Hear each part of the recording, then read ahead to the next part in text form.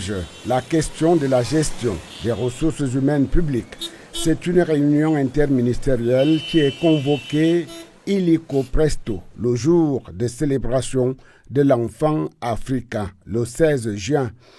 Arrangement ou coïncidence de calendrier, peu importe, toujours est-il que ce sont les enfants qui trinquent en premier quand, à l'heure de la retraite, les parents boivent à la coupe amère de la disette des revenus.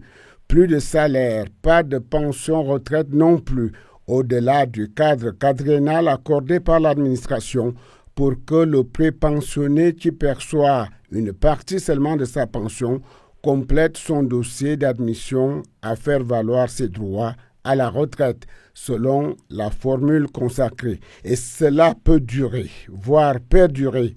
D'aucuns finissent par renoncer à leurs droits, d'autres en meurent. Témoignage de retraités. Face au drame que vivent les familles des personnels retraités de la fonction publique, le Premier ministre chef du gouvernement, Joseph Dione Ngouté, a présidé le mardi 16 juin 2026 à l'immeuble Étoile une importante concertation avec les chefs des départements ministériels concernés au premier chef à l'effet d'examiner et de trouver des solutions d'urgence à la situation des prépensionnés de l'État en attente de liquidation de leurs droits. Également inscrit à l'ordre du jour de cette réunion d'urgence, si j'ose dire, un autre dossier à caractère social d'une sensibilité politique avérée. Il s'agit de la régularisation de la situation administrative des lauréats des examens nationaux d'aptitude à la formation médicale. Ils sont médecins, pharmaciens ou chirurgiens dentistes entre 130 et 140 selon les sources à être inscrits sur la longue liste des patients en quête de recrutement direct à la fonction publique comme c'était avant jusqu'en 2013, année de l'institution des concours directs pour intégrer la fonction publique et gérer à la fois et le boom des effectifs sortis des institutions de formation en médecine et l'effet boomerang que suscite la libéralisation du secteur. Selon la haute appréciation du chef du gouvernement lui-même, ces deux questions touchent directement au respect des droits fondamentaux des agents publics ainsi qu'à la crédibilité des politiques de gestion des ressources humaines de l'État.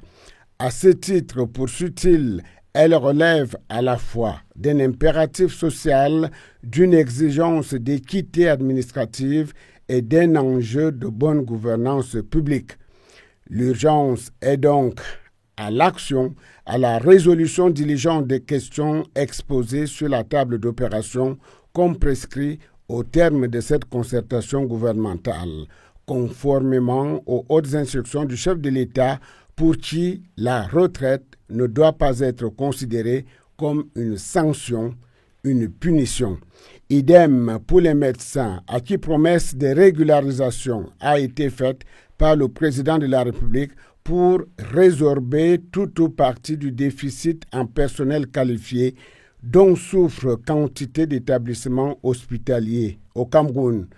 Avec l'application Aigle, l'on croise les doigts pour que l'oiseau printanier soit celui que dessine le système moderne intégré, sécurisé et conforme aux exigences contemporaines de gouvernance publique tant souhaitée par le chef de l'État Paul Biya dans sa vision de modernisation de l'administration publique camerounaise.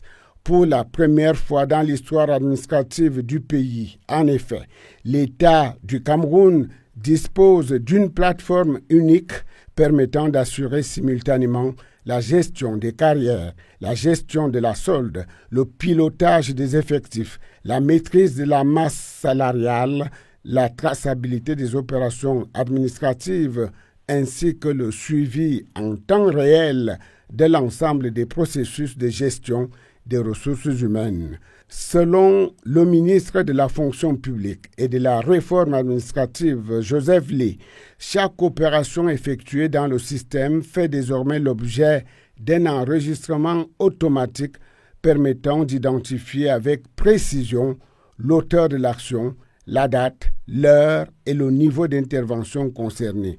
Cette traçabilité permanente, indique-t-il, représente un progrès majeur dans le renforcement de la responsabilité administrative, dans la lutte contre les pratiques irrégulières et dans la sécurisation des décisions de gestion. Désormais, peut-on conclure avec lui, cette évolution permet à l'État de répondre avec précision à une question fondamentale de gouvernance publique. Combien d'agents publics sont effectivement en activité? Où exercent-ils? Quelles fonctions occupent-ils? Et quel est le coût réel correspondant pour les finances publiques? Cet évangile sur les bienfaits multiples de l'outil Aigle mérite d'être répandu aux 4 vents pour une meilleure appropriation.